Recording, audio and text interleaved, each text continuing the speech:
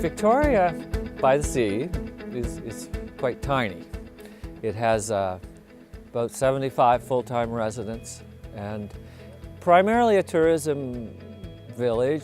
We do have some fishing and some farming. Because of the sanitation problems in the core area of the village, building permits weren't being issued, so new homes couldn't be constructed, businesses couldn't expand. 75% of the lots were not up to standard size where you could have on-site sewage. They basically had septic systems and holding tanks throughout the village, and most of those systems were undersized, overloaded, failing, malfunctioning periodically, or in the case of holding tanks, they would need to be pumped out very frequently. You would have septic tank trucks pumping out different people.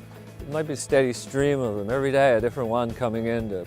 And once you open a tank to pump it, there's a certain odor that pervades the neighborhood. The only solution was to have a central sewage system. I recommended to the community that we look at what's called a land-based effluent dispersal system as an alternative to a direct discharge. Everyone's yard was dug up. You know, this went on for a whole summer. It looked like, no man's land through here. There was, and the villagers were very supportive. So the effluent now leaves their property, goes out into a series of collection lines out in the street. It flows downhill towards the waterfront. Which is where the lighthouse is. There's no odor down there whatsoever. There's no sound.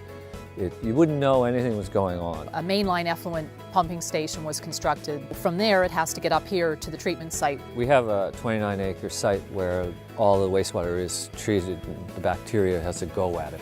The effluent makes several passes through the treatment modules. Bacteria does all the work. There's no chemicals involved. For the peak summer period, where we have a subsurface drip irrigation system. Not one drop of wastewater ever goes anywhere except back into the ground as clean water. The control panel is equipped with advanced remote monitoring capabilities. The monitoring of the system was really attractive to us. Victoria doesn't have to have a full-time operator. As part of the project, we wanted to encourage people to conserve water, and one of the best ways to do that is to charge them for what they use.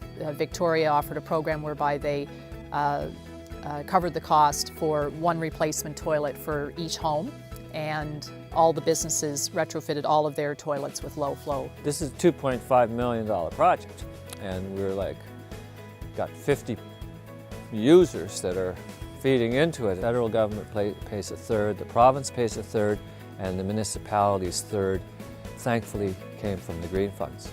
Otherwise it never would have happened here. It just wouldn't have been financially possible.